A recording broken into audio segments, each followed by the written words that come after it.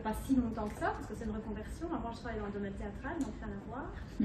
Et puis, comme j'ai toujours beaucoup cuisiné, à un moment donné, je me suis lancée aussi dans des ateliers, et en plus de la consultation, donc je suis du côté de Liège, j'ai un cabinet de consultation à Liège, et je donne des ateliers cuisine. Et donc, j'essaie de relier les deux, et de concentrer un maximum de minéraux, de vitamines dans les aliments que je présente.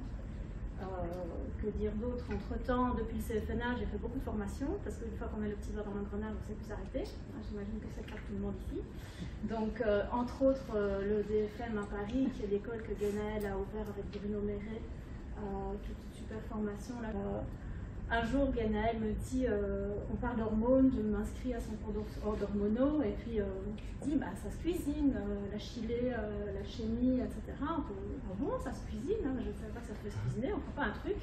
Ah si, pourquoi pas. Et puis voilà, c'est né comme ça l'idée de faire quelque chose à trois. Donc je suis très honorée d'être entre Guénel et Stéphane, parce que pour moi c'est un honneur de me retrouver avec eux. Vraiment, merci de m'accueillir tous les deux parmi vous. Et voilà. Donc, comme on disait, le mot oestrogène, le mot hormone-like, ça fait peur. Donc, hormones bioidentiques, déjà, ça fait peur. Souvent, il y a des personnes qui veulent aller vers les plantes. Mais dans les plantes, dès qu'on dit hormone-like, parfois, ça fait très peur aussi. Et puis, il y a beaucoup de confusion parce qu'elles n'ont pas du tout les mêmes rôles. Alors, j'essaie de les catégoriser un petit peu, même si après, ici, on est, comme le dit Guénel, on est obligé de mettre un petit peu des cases pour pouvoir en sortir parce que c'est pas aussi noir, aussi blanc que ça.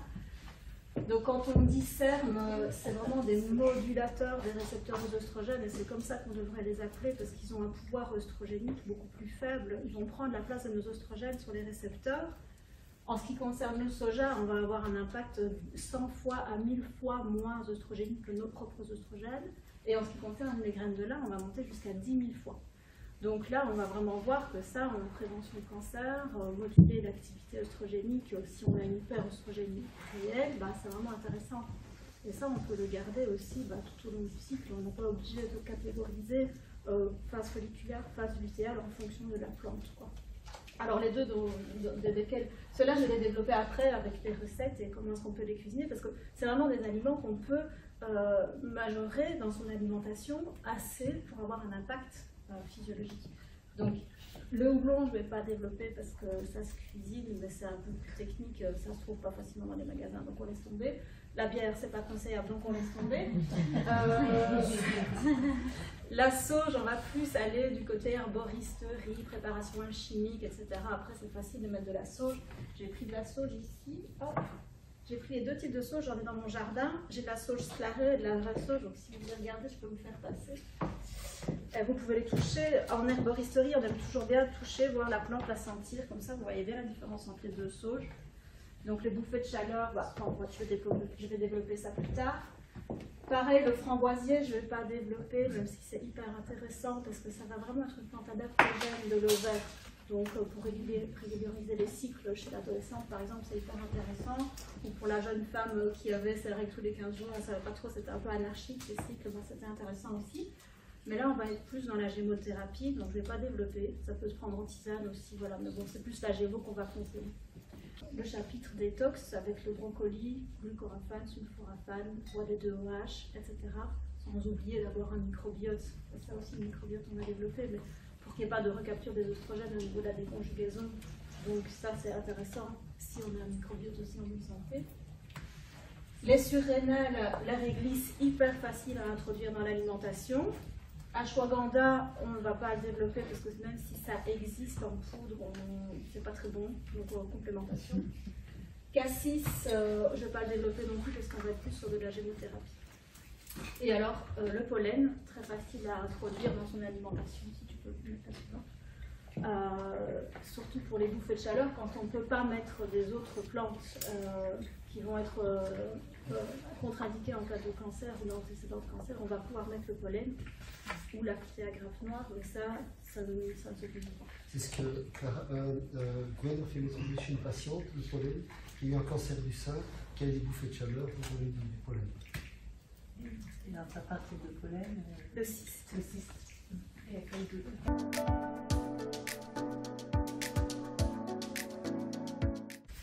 Donc on commence par le soja. Donc on voit déjà la différence. Donc Il faudrait apporter 1 mg d'isoftavone par kilo de poids. Donc une femme de 60 kg, 60 mg. Donc on voit qu'en la moyenne en Occident, en isoftavone, on n'est pas très élevé comparé à l'Asie, et on ne fait pas la revue des études comme quoi il y a moins de cancer du sein chez les femmes asiatiques que chez nous. Donc il faut un microbiote en bonne santé pour que la daïséine, la génicéine puisse s'activer en école, qui est la molécule active au niveau des récepteurs aux oestrogènes. Donc déjà, on ne va pas revenir sur les qualités du microbiote. Donc pour éviter justement le côté malabsorption et mauvaise métabolisation au niveau du microbiote, si on prend du soja lacto-fermenté, ben, on va déjà essayer de court-circuiter une étape. Donc là, il y a plusieurs options. Tofu lacto-fermenté, miso, sauce soja à la tamari, le natto, le tempeh. Je ne vais pas développer le tempeh parce que j'aime pas, donc je ne sais pas bien cuisiner. Donc je vais développer les 4 autres. Alors, ça, on va rentrer dans le vif du sujet. Alors, le tofu lacto-fermenté, je ne sais pas si vous connaissez, vous en mangez déjà. Vous avez déjà fait vous-même du tofu lacto-fermenté?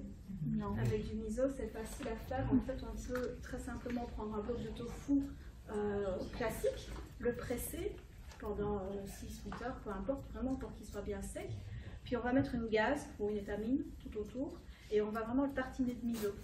On va prendre une bonne couche de miso, puis on va mettre ça au frigo pendant 3, 4, 5, 6 semaines. Et là, il va vraiment, en fait, les enzymes qui sont dans le miso vont commencer à digérer le tofu et ça va en faire du tofu lacto-fermenté. Après, ça s'utilise comme un fromage. Donc ça va vraiment être une consistance de fromage et c'est très agréable. Alors quand on l'enlève, on peut récupérer le miso évidemment, parce qu'il y a la gaze qui protège, donc on peut le réutiliser après. Donc pour ceux qui ont envie de se lancer dans les petites préparations maison.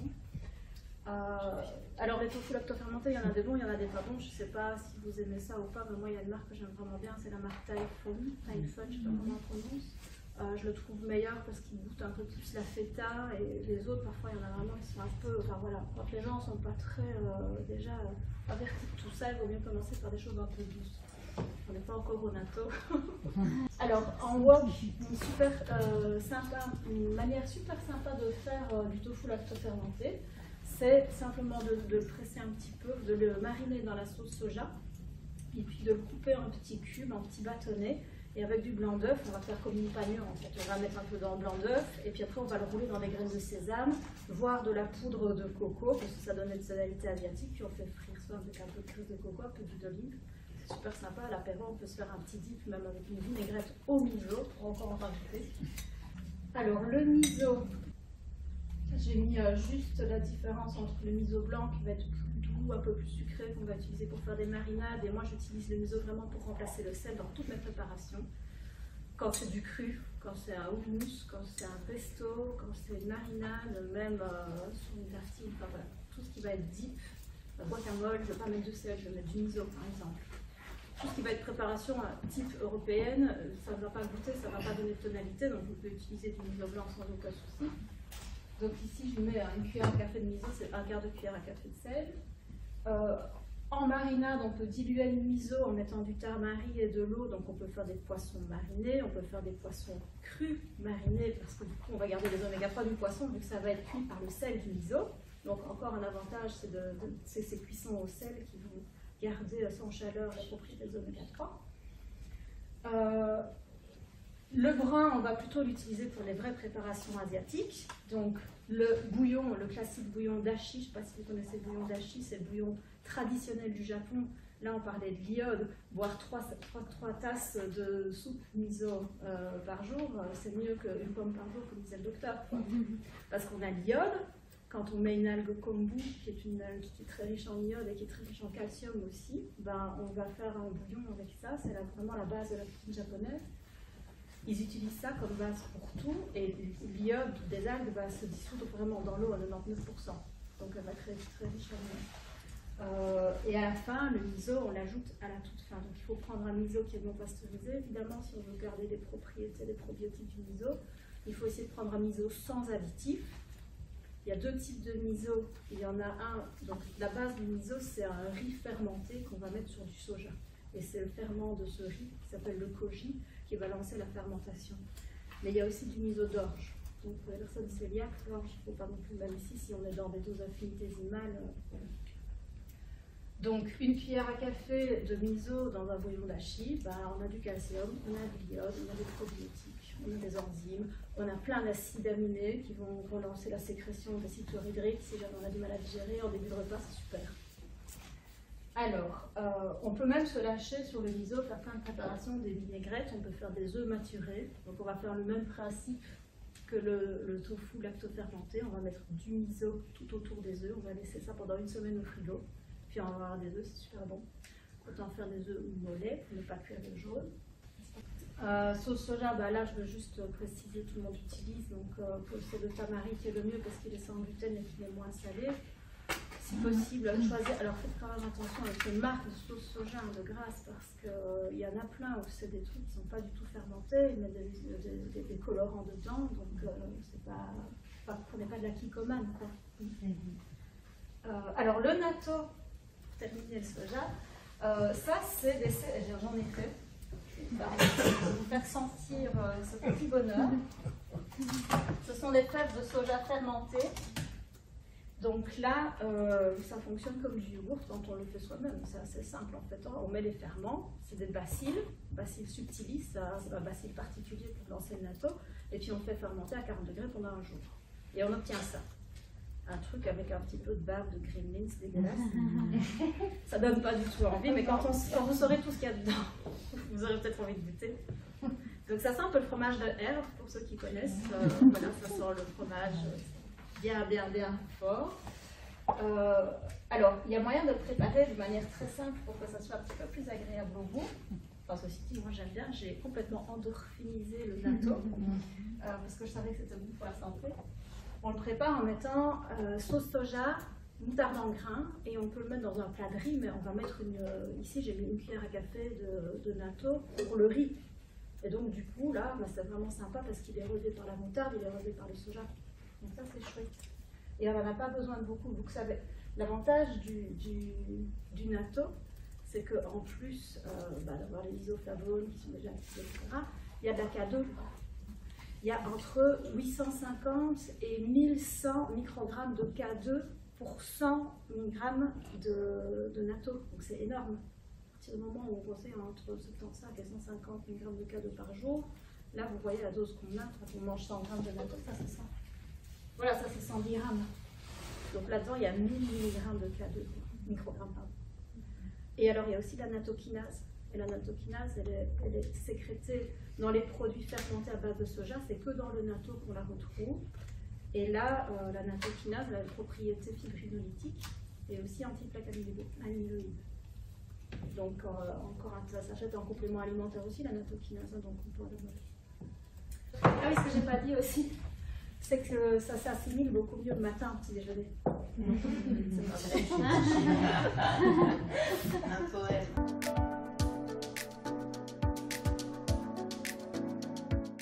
Donc le lin aussi, besoin du microbiote pour transformer les lignanes. Voilà. Donc, mais par contre, on ne peut pas fermenter le lin. Ça c'est nettement moins simple, tu peux passer ça. Alors l'huile de lin, ça ne fonctionne pas parce que c'est dans la coque des graines qu'on va avoir les lignanes. Donc il faut que ce soit des graines mixées, broyées. Il y a ce souci des cyanogènes dans les graines de lin, mais quand elles sont mixées, souvent il faut attendre les 35-45 degrés à peu près pour que ça se détruise, donc il n'y a pas de problème. Et ça permet de libérer les oméga 3. Donc il faut mixer des graines de lin. Tu peux avancer, après on aura le dosage. Voilà, une cuillère à soupe de graines de lin, c'est 30 mg de lignane, donc on y est très vite. À partir du moment où, imaginons une femme de 60 kg qui a besoin de 60, on est déjà à la moitié de la dose. Il suffirait qu'elle mange un peu de soja et un peu de graines de lin, comme ça on est bien. Donc la plupart des gens conseillent, dans les nutris, on conseille souvent de mixer pour 3-4 jours, 5 jours et de mettre au frigo ce qu'on a mixé, puis de saupoudrer les soupes, les salades, etc. Moi je fais des crackers sous graines de lin, donc je fais évidemment sans gluten, 100% chia, graines de lin, il n'y a rien d'autre comme ingrédient dedans. Je mets juste un petit peu d'épices, après les épices, vous pouvez mettre ce que vous voulez, un petit spiruline, avec des ours. Autant mettre aussi des choses qui vont être bénéfiques. Donc à chaque fois choisir des épices cumin, des épices digestives si on a envie. Ça, vous l'aurez dans le petit, sur la petite feuille d'un truc. C'est assez simple. Vous mettez ça entre deux papiers sulfurisés et vous la baissez comme une pâte à tarte. Et puis après, vous la mettez à sécher soit au déshydrateur si vous en avez un, soit au four. Ici, je le mets à 90 degrés 3 heures, mais je laisse un bâton dans le four pour que ça reste ouvert, pour que la vapeur puisse s'en aller. Et puis que ça sèche bien, que ça se transforme vraiment en crackers. Pain aux graines, j'imagine que vous avez tous les recettes de pain aux graines, mais à chaque fois, rajoutez des graines de lin dans le pain aux graines. Voilà, dans les recettes connues, il y a celle de Martifano, il y en a d'autres. On va ajouter des œufs, on va ajouter des graines, on va coller. En fait, le lin mixé peut servir de colle pour remplacer le gluten. Donc on enlève du gluten, on va remplacer le gluten soit par du chia, soit par du lin, soit par du psyllium, qui sont 3 super aliments.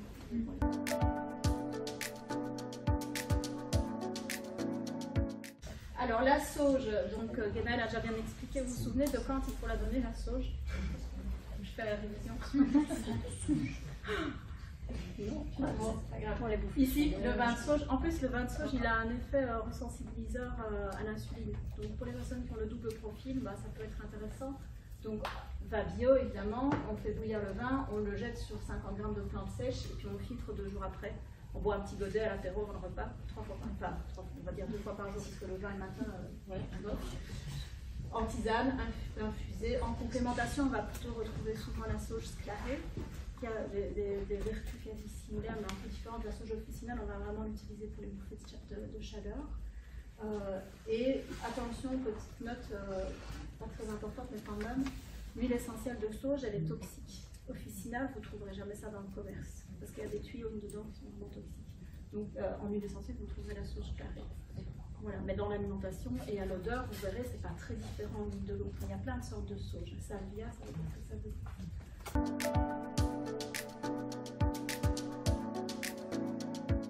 Le chapitre de la détox, donc du glucoraphane qui doit se transformer en sulforaphane grâce à la myrosinase, et la myrosinase, une enzyme, donc elle détruit à la chaleur. Vous dépassez les 42 degrés, on n'a plus d'enzyme. Donc manger du brocoli cru. Alors plusieurs moyens de manger du brocoli cru, en couscous. Le banya kauda, c'est super, c'est un petit apéritif avec plein de légumes crus, et on va faire une sauce à l'anchois et à l'huile qui sera légèrement tiède. Rajoutez encore des oméga 3, c'est possible. Et ça commence à s'activer au niveau de la mastication, donc encore une raison supplémentaire pour bien insister sur la mastication des patients. Donc si on cuit le brocoli ou si on cuit les choux de manière générale, si on veut réapporter un peu de myrosinase externe, si vous voulez, d'autres aliments qui contiennent de la myrosinase, on va le marier. Donc avec un brocoli cuit, on va rajouter du radis, de la moutarde, de la roquette, du réfort, du wasabi, enfin voilà, tout ce qui contient cette myrosinase. Et là, du coup, on reconstitue l'enzyme, enfin on rapporte l'enzyme manquante. Voilà. Donc ici, vraiment pour privilégier la voie des deux OH avec l'indole-procarbinol et le diindométhane. Tu peux passer? C'est clair pour tout le monde, le 2OH, 16OH, vous connaissez tous? Et donc, je l'ai mis, allez voilà, dans les études d'observation, etc., en général, ce qui est utilisé comme dosage avec déjà un effet significatif, c'est 400 grammes de brocoli par semaine, donc c'est tout à fait envisageable.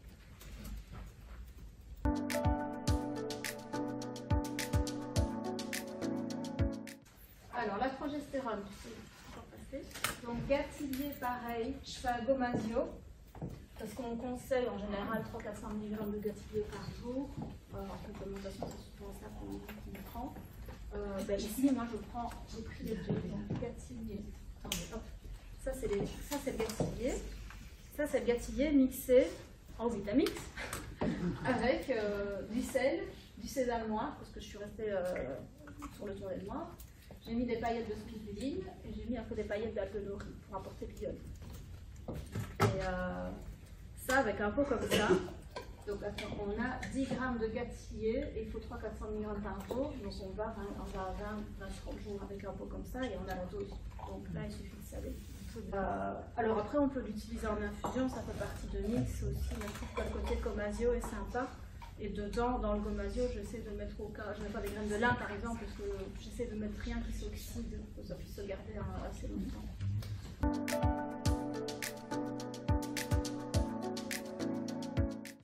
Alors l'alchimie, ici aussi, c'est plus dans l'herboristerie, ça se cuisine. J'ai pris l'alchimie, comme ça vous pouvez voir la plante. En fait, il y a même encore un petit peu. Ça s'appelle alchimie parce que c'était les alchimistes qui l'utilisaient et ils recueillaient la petite goutte de rosée. En plus, elle est toujours là. Il y a toujours de l'eau, de la rosée qui se met là et il était particulièrement pur avec ce genre de vertus merveilleuses et c'est pour ça que la plante a eu son nom. Donc là, on va faire soit en décoction, soit en tisane, mais ça peut aussi se cuisiner. Donc pour ceux qui sont des amoureux de la nature et qui vont se promener, il y en a partout en Europe, super facile à trouver, il n'y a qu'à se pencher, il suffit d'avoir un sol calcaire. Donc là, après, ça peut se mettre dans des soupes crues, si on fait une soupe crue, on peut mixer ça au vitamine avec avocat, céleri, de miso, voilà, tu vois. Et sinon, ça sera plus des conseils d'herboristerie.